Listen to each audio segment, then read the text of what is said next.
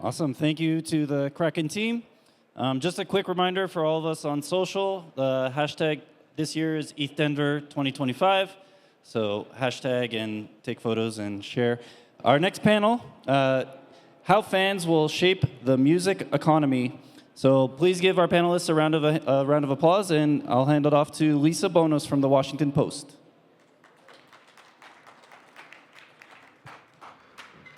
Hi, everyone. Thanks for joining us this afternoon. I'm going to start by having everyone on the panel introduce themselves. To my left is David. Hi, I'm David. I'm the founder of Hume. We create virtual artists, team of engineers and animators. Think of us like Pixar, but we make music artists. My name is Greg Bresnitz. I'm the CEO of FWB, or Friends with Benefits. We're the premier emergent tech digital membership club, and we also have an annual festival called Fest that I've seen a few faces out there attend. Hello, I'm Jake Murphy. I'm the founder and CEO of Water, and we're bringing the seasonality and the structures of sport and essentially turning the playlist into a fantasy music team. My name is Annelisa. I'm with the Luxo Foundation. I do social and marketing, and I am also a creator and a DJ. Awesome. Thank you all for joining me today. So I just want to start by asking each of you, how can fans shape the music industry, and how are they already having an impact? I guess I'm going first because I'm at the left. You're right. So I would say labels are dead. They are now banks. Fans are the true arbiters of taste. We've seen this on TikTok over the last couple of years, now over 5 years, of fans basically deciding what's going to go viral. I think in our platform, in Web3, we've created a system where fans actually vote on what single an artist should release. Everything has switched from a top-down system where there are tastemakers up here that have been put in those positions to decide what everybody's going to listen to and what's going to be popular, to a bottom-up system where the internet's basically deciding what's going to go viral, what's going to get the most attention. And that's pretty much how the wave goes these days. Our community is made up of a lot of artists and creatives, and one of the things that's been super impactful is the direct engagement with fan through feedback, monetization, and also A/B testing. So being able to have real-time feedback loops from fans on things that they could either go with this or that way allows to have real-time engagement from them and be able to support what's happening. So I think artists that can embrace fans and fans that can find artists that listen to them can create a really positive feedback loop for success. Dope, yeah. I think the main thing is going to be agency. And I mean, if you think about when stage design essentially was the stage be on one side, have the audience on the other, very much artist playing to fan. You saw the transition happen where essentially the stage went through the middle of the venue, and the idea was essentially giving everybody that was present a better experience, a different opportunity to enjoy the show, and it completely changed the dynamics of how the artist would perform. And I think as we've gone now and we look at, people have talked about social capital as an asset class and how that's leveraged, how we monetize our data, what does that data mean? I think from a music fan, the roles and responsibilities when we talk about labels that have existed in structures that we always kind of said that is how it is, the sort of A&R role in a sort of, in a building of such, everything suddenly becomes into the individual's responsibility. So to the same way, if the fan is going to influence what's coming next, then it's a very logical opinion to say, actually, well, I play a pretty prominent role here in making things move, and therefore I want to have more of a sort of upside as that starts to progress. Awesome. We kind of talked about this backstage, but as we've seen it before, traditionally, fans have been very much more passive consumers. But what we're seeing now in Web3 is that they're becoming active participants and essential to the artist's journey. So for now, what we're seeing in Web3 and also on Luxo's universal profiles, fans can directly engage. They have their own on-chain identity. The artists can see, who are their biggest supporters. They can engage in ways like ownership, actually owning a music NFT, for example, governance, and also just curation, rather than just listening to the artist. On Spotify, you're just another number. But yeah.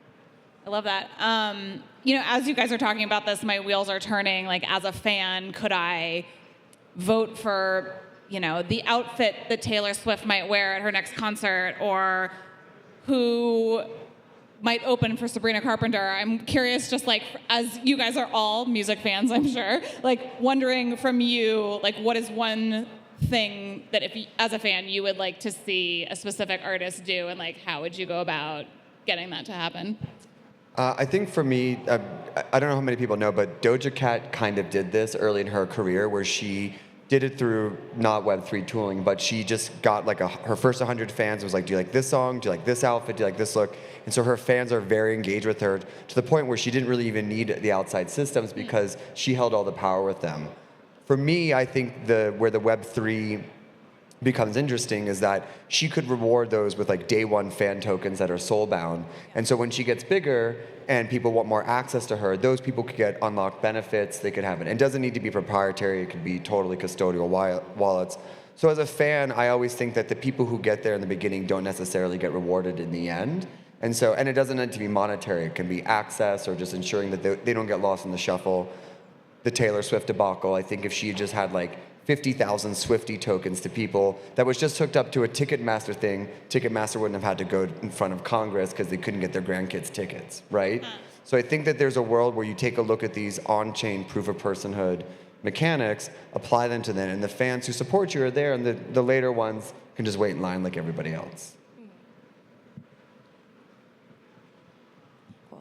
Well, to piggyback off that, I've seen a lot of really interesting, and actually I've talked about a lot of really interesting use cases for this in Web3. What I do want to say is artists do have complete control over, how these fans access them, how they want to engage with their fans, and vice versa.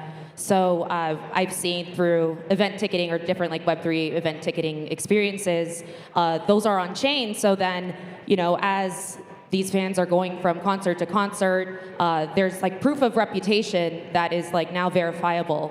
And yeah, I think it's a really awesome use case. I think, look, music struggles from like a lack of structure, right? So it's quite interesting. So if you see like behavioral changes in large groups of people, whether it's a Discord group, a Telegram group, I think first project 2.5 years ago, seeing that, and we had 12,000 people in a Telegram. If you allowed somebody to basically abuse another person in terms of swear at them, everybody would start swearing in 5 minutes. Right? It was just like a really weird thing. It was like, oh, this is cool, we'll all do it. And I think from a music standpoint, it's kind of happened with New Music Friday. Right? When that came out, music was people were distributing songs left, right, and center. There was no structure. And the reality was, like, music distribution became way easier.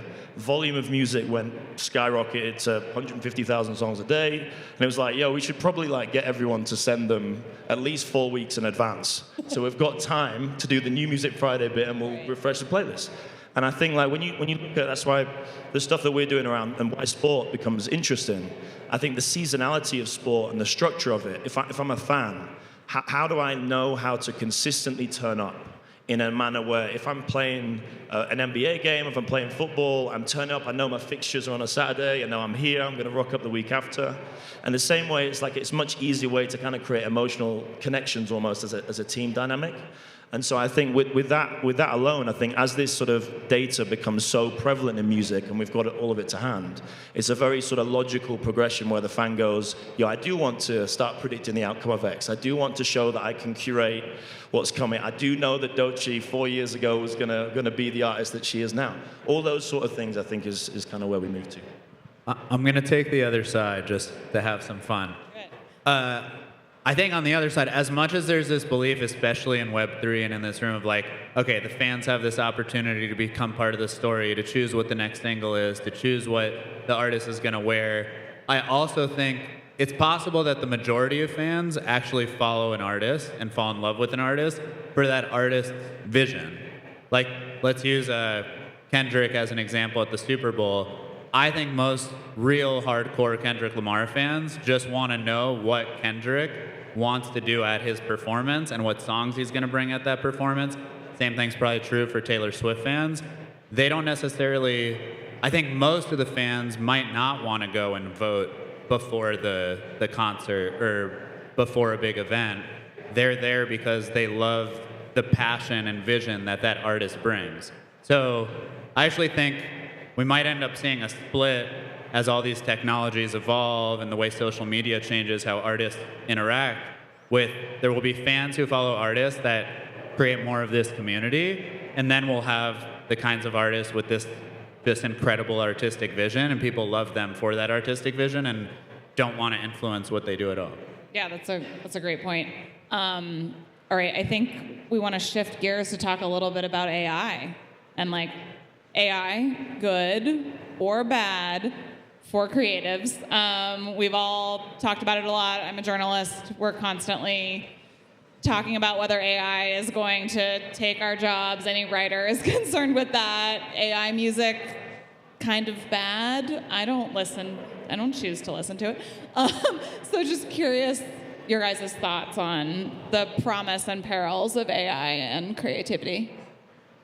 I'm going to go short-term complicated, long-term good.